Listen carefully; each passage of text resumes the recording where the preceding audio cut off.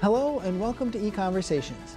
I'm your host, Dr. Dan Sutter of the Johnson Center for Political Economy at Troy University. Energy powers our daily lives, and Americans spend a lot of money on gasoline, electricity, and natural gas every month. When we buy cars or appliances, their energy efficiency affects how much we end up eventually spending for energy. Do we make choices about energy efficiency wisely, or do we ignore the cost of energy and just buy the least expensive models regardless of energy use? Some economists in the U.S. Department of Energy think that Americans make very poor decisions about energy efficiency, and this conclusion significantly affects our lives. Behavioral economics has become ascendant in policymaking, and government policy is increasingly restricting the choices available to Americans on the grounds of our poor decisions. How does energy efficiency matter? And what is the evidence on whether the energy efficiency can save the planet from global warming at a very low cost? Well, joining me on EconVersations today to talk about this topic is Dr. Steve Miller, the Executive Director of the Johnson Center. Welcome back to the show, Steve. Thank you, Dan. Great to be back. Now, we're actually going to be changing this up here a little bit because you're going to be asking me the questions here today. That's right. You're the energy economist in the room, so I figured I'd ask you about this topic. Well, I don't know if I'm an energy economist or not, but I did write a paper recently on this topic, and so it's going to be drawn, or what we'll be talking about today draws from this paper I published in Econ Journal Watch recently. Great. So I guess the first question I have is that the federal government has been regulating energy efficiency for appliances, both consumer appliances and commercial appliances. How long has that been going on? Well, the statutory authority for this goes back to 1975, during the energy crisis of the 1970s. President Ford signed the Energy Policy and Conservation Act. It was in 1975, and we did a number of different things, but one of the things they did is it gave the Department of Energy the authority to issue minimum energy efficiency standards for various different appliances, both commercial and residential. Okay. So how far do these standards extend, and then how can they enforce them? Well, there's currently standards exist for over 60 different categories of appliances, and since 2009, 44 of these standards have been updated to reflect more recent developments in terms of technology. And what the way these standards work is that the Department of Energy will go ahead and they will investigate, they will do background on the technology, and then they set a minimum standard that all products on the market are supposed to meet. And then if you're a producer who makes, like, say, washing machines or air conditioners, you have to provide evidence to the Department of Energy that all the brands of your air conditioners meet this standard.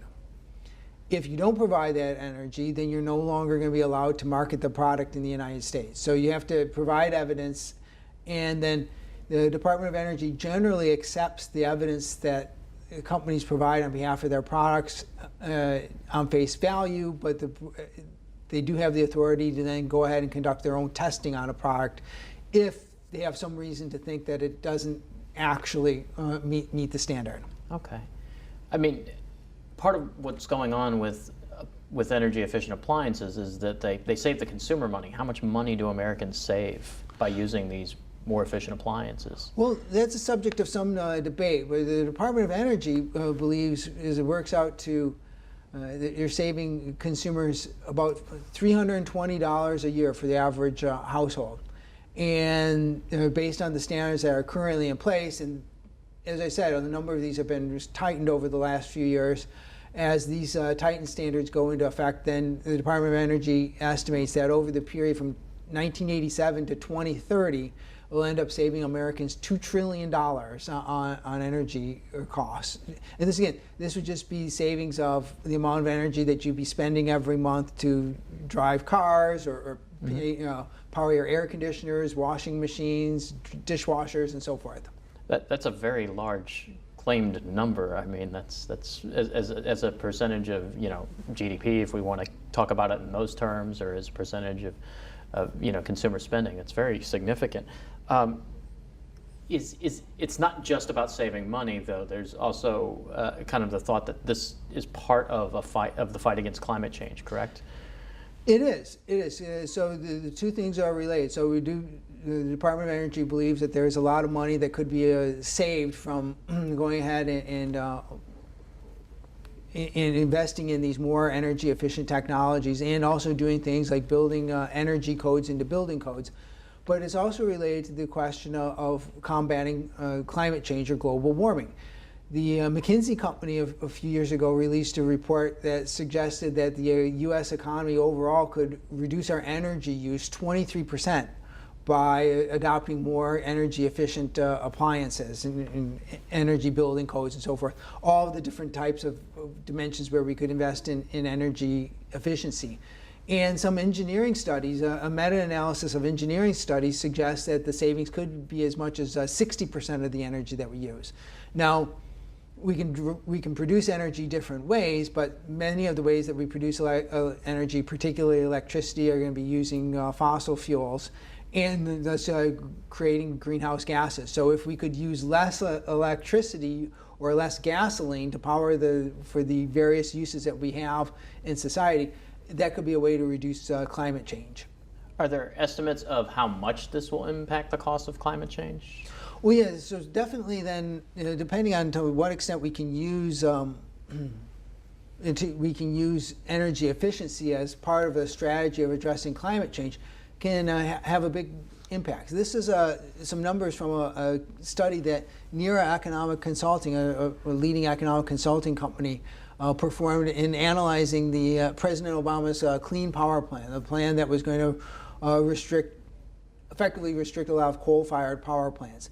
And in doing this, the EPA's estimates for this for the Clean Power Plan and the cost of complying with the Clean Power Plan had two different scenarios. One in which we could make investments in energy efficiency, and then one where we couldn't make energy efficiency investments. Now, why they did that is there's a little bit of some legal issues about whether, like, say, the Department of Environmental Protection can actually order Americans to use energy efficiency or use less energy in that regard.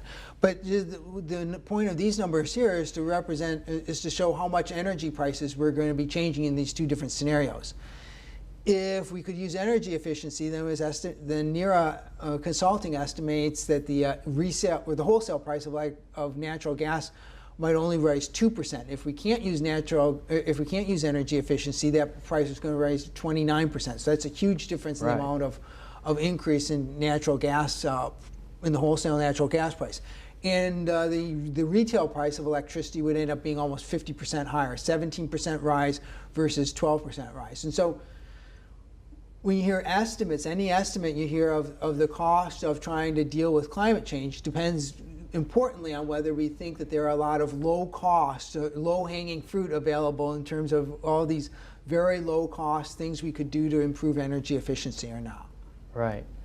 And back to the kind of consumer cost savings piece of it, that up to $2 trillion, that's a very big number.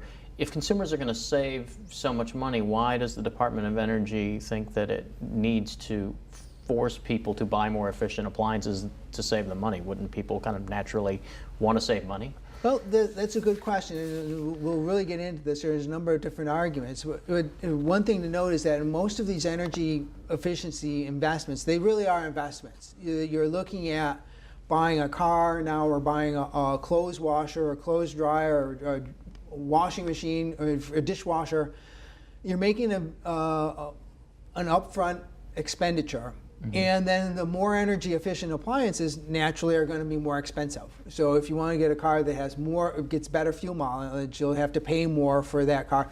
Again, considering two different cars are about the same size and everything. So obviously small cars tend to get higher mileage and cost less, but they're small compared to the other things. So you'd have to look at two comparable size models.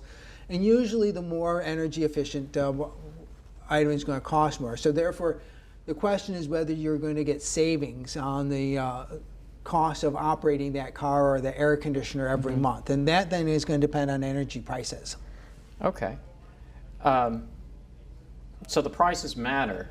Tell me about the energy efficiency paradox. Okay, yeah, so there's the energy efficiency paradox suggests that for various different reasons, consumers, including businesses that buy these products for their operations, aren't going to make very good decisions about making investments in energy efficiency. Now, there's one argument as to why you might make poor decisions or make suboptimal decisions about energy efficiency investments, which is relatively straightforward, and that has to do with the possibilities of pollution. Mm-hmm. When we drive cars or burn coal or natural gas to generate electricity, we could be creating pollution here. Right. And first best situation, if those costs of pollution are reflected in the prices of electricity or gasoline, those prices would be higher. Mm-hmm. And then everything else equal, a higher price of gasoline or electricity is going to make people buy the more energy efficient, it's going to tilt people toward buying the more energy efficient products. So if prices of energy are too low because we haven't priced in an externality, that's one argument as to why we wouldn't be investing enough in energy efficiency. And this is actually a relatively old argument, and I think it's an argument that amongst economists we wouldn't have a lot of objections to. We clearly recognize that there are some costs involved with generating electricity or burning gasoline in cars, and if those aren't fully incorporated to the prices, then yes, the price is too low, right. And that would be leading us to not invest enough in energy efficiency. Of course, whether the price of cars are too low is somewhat debatable, because although we don't price pollution directly, we do make that power plant or those automobiles invest in a lot of pollution control technologies. And so investing in those technologies raise prices. And so whether the price is exactly right or not is somewhat debated. But to the extent that we have some costs of pollution that don't get reflected in prices, we think that's a pretty good argument as to why prices might be too low. Right. I mean, the argument about there being social cost of pollution and that if private market prices aren't reflecting that, that's an old one. That goes back many decades, perhaps 80 or 90 years. Yes. And so economists tend to find that pretty intuitive. What about, are there any other explanations for this paradox? There are some newer arguments that come out of really behavioral economics, or actually they sort of predate the adoption of behavioral economics across economics. Behavioral economics has suggested that people have a lot of decision-making biases, that we tend to make mistakes in our decisions, and that there's a lot of sort of consistency in the types of mistakes we can make.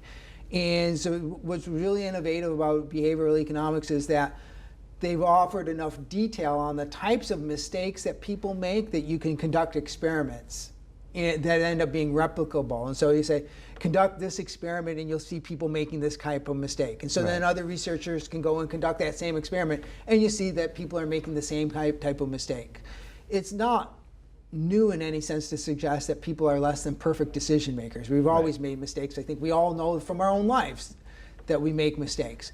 So, but what's really become sort of innovative and new about behavioral economics is getting with enough detail here to be able to say people systematically make these same types of mistakes, and you can conduct an experiment and you'll see these old patterns of mistakes emerge again in new experiments.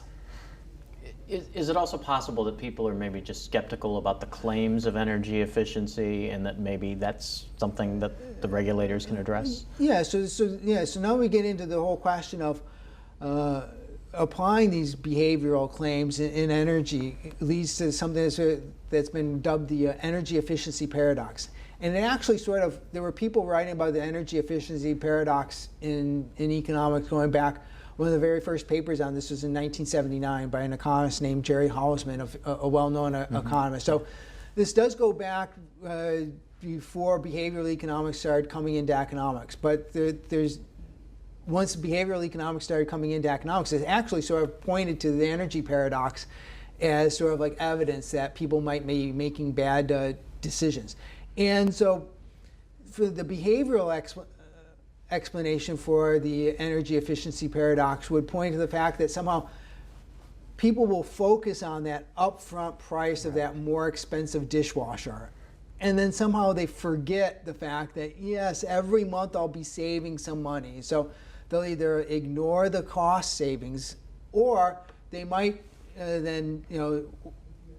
or they might be discounting the future too high. They have too short of a time horizon. They don't realize, like, oh, you'll be driving that car or running that dishwasher for 10 years.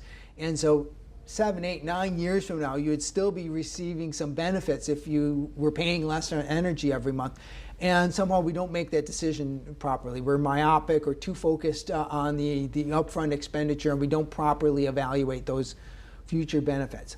But as you suggest, there are also some very good reasons as to why people might be skeptical about some of these claims. Some of the claims are coming actually from the manufacturers, and manufacturers are always trying to tell us how their new product is so great, and we need to buy their product. It'll make us happy and wealthy and cure baldness and everything.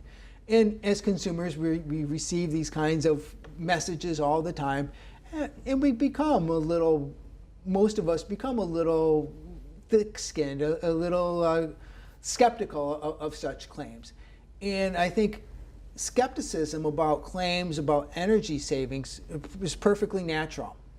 And it's actually part of the market. Any company that's going to come up with a new product always faces this problem of how do you convince consumers that the product does everything that you say it's going to do. Right. And that's just a hard problem. It's not one that immediately gets solved.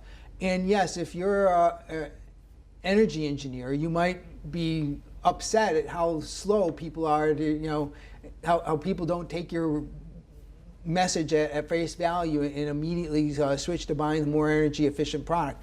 But some learning about that is necessarily going to be part of the economic process. And so it's the kind of thing that all firms have to do in the market process anyway. And so some of the skepticism is to be expected. Yeah, I mean, I'm sympathetic with the skeptics myself. I mean, you have whether it's a car or an appliance, there's these promises of efficiency, and sometimes it's as efficient or more than it's promised. But frequently, I've found that a car or an appliance does not live up to those efficiency claims. Are there some examples? Yeah, there definitely are. And so one of the things you could try to do, first off, is if it's just a problem of information, you could try to, or if people are forgetting the fact that there's extra energy costs, is that you could use information labels. Mm-hmm. Economist Kip Viscusi has been very vocal about the value of energy, of both energy labels and then other types of labels in the workplace to identify workplace hazards for workers. And the Department of Energy and the EPA have cooperated for many years on energy guide labels that maybe if you've bought appliances anytime in recent memory, you'd see these energy guide labels, and then an Energy Star certification of which identifies products that are even more, they go beyond the minimums and offer greater energy efficiency, energy cost savings. And so providing information to consumers and seeing if they make better decisions would be one approach that we could use here. Now, even in the case of this, many times the expected energy savings don't materialize. There was one study that looking at attic insulation that was published by some economists who looked at this. The engineering companies who were behind the attic insulation were saying that it could save consumers 50% on their heating and cooling costs. The economists got some data and tested this rigorously, and found that actually that the savings were only about 10%. Uh-huh. And so the savings turned up to be well short of the predicted savings. And then there's a very recent study by an economist named Michael Greenstone and some of his colleagues that looked at the federal weatherization assistance program that's been helping homeowners weatherize their homes since the 1970s.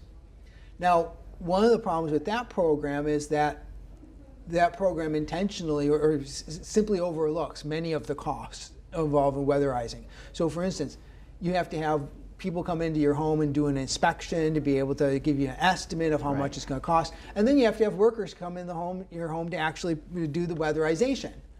And that's an inconvenience. That's costly to people. Most people find it costly to have people come in, workers come into their home. Well, that program, when doing their cost estimates or of how much it's going to save consumers, don't actually apply any cost to that. And when Greenstone and his colleagues actually price out all of the various inconveniences of us, they actually find that the program has a negative return, that the costs properly considered actually outweigh the energy savings. It's good to see economic principles being applied here. There's a difference between true economic costs and accounting costs, and that's part of what's going on here. That inconvenience represents a real economic cost to people. It surely does. Has the energy efficiency paradox, the idea that consumers don't always act in their long-term best interest by adopting something that will actually save them money, has this been used in policymaking? It has been, and it's definitely recently. The whole idea of the energy standards has been around since 1975, but especially since they've been updated since 2009, has been to actually take low energy efficiency appliances off the market. Right? So it's not just saying, okay, we'll provide you information and allow you to make a better decision. We're actually going to say, no, we're not going to allow you to buy the less energy efficient product. So the recent corporate average fuel economy standards, increasing of the corporate average fuel economy standards, which is going to make lots of people have to drive electric cars because the corporate average fuel economy has to rise by 2025 to 54 miles a gallon. And clearly the only way we're going to be able to do that is by having a lot of hybrids on the road. So both with the corporate fuel economy standards and with a lot of the other products, we've seen this energy paradox show up in the cost-benefit analysis. What is this principle of private costs?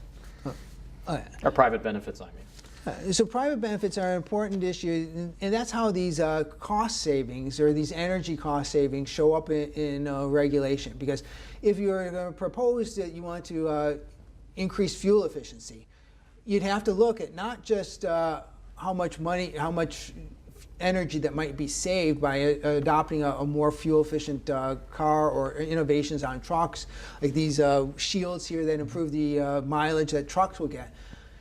You have to be saying, like, well, people wouldn't be using these themselves. And so if somebody wouldn't buy a more energy efficient dishwasher and we force them to buy a more energy efficient dishwasher, that would end up being a benefit that we include in the cost benefit analysis. And this is what's been dubbed private benefits.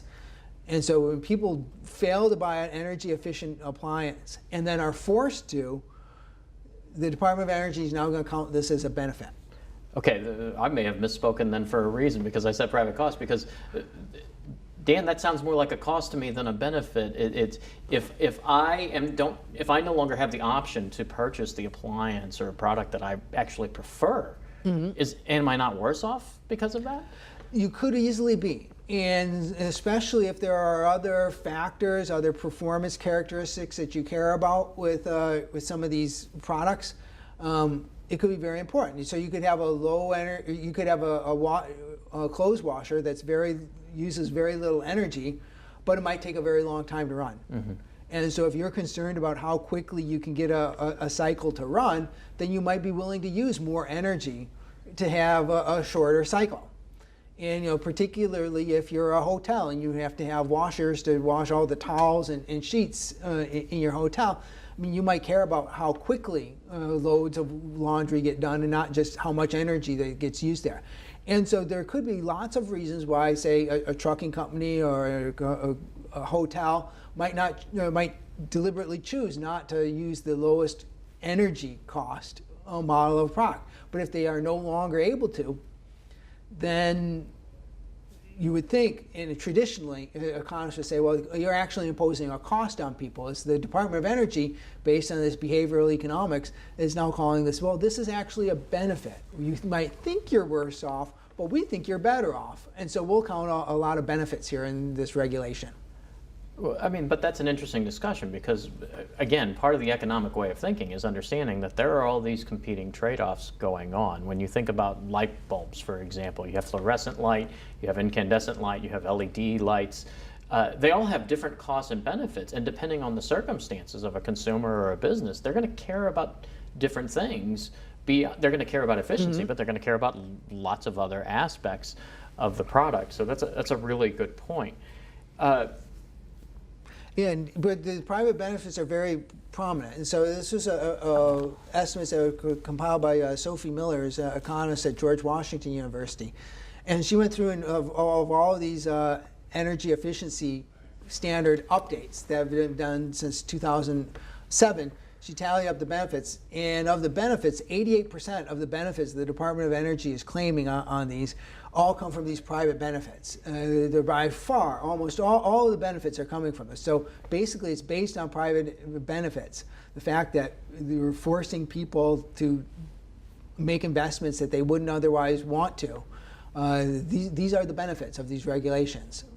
Well, telling me I'd be better off with this light bulb or this car or that front-loading washing machine, I mean, isn't that just a form of paternalism? It surely is. And again, and that's one of the dangers here. So you're definitely getting into a case where it could be the regulators imposing their preferences on people. I think there's another instance where you get into is I'm certainly willing to admit that people can make mistakes, but I think businesses are less likely to make mistakes than households are. Especially businesses like, say, that hotel that has to make decisions about what kind of washers they want to buy, they want to invest in. And there was one of these regulations that Ms. Miller found where it was I think it was commercial washers, and the Department of Energy estimated that they were going to generate $30 million a year in benefits, in private benefits to the businesses that were investing in this. And the annualized cost was $30,000. So according to the Department of Energy, these businesses that you generally operate on tight margins and like profits would be willing to pass up an investment that would yield them $1,000 in benefits for every dollar in cost. Now, I personally find that completely implausible. And if we see a business in that case choosing not to make that investment, or in the case of Walmart, if they chose not to put those things on their trucks that would improve efficiency, it probably means that there's something else involved, that maybe there's some other element of this decision that the regulators don't understand, that the engineers don't understand.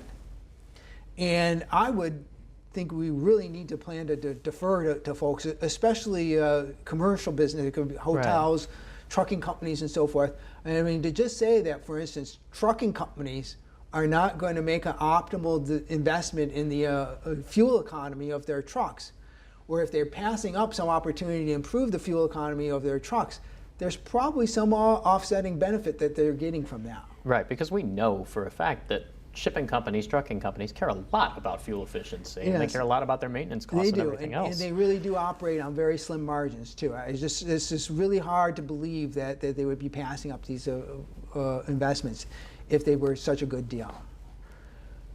Well, we've come to the end of our time, Steve. So thanks for coming on and asking me these questions, and thanks for joining us. Join us again next time for another EconVersations.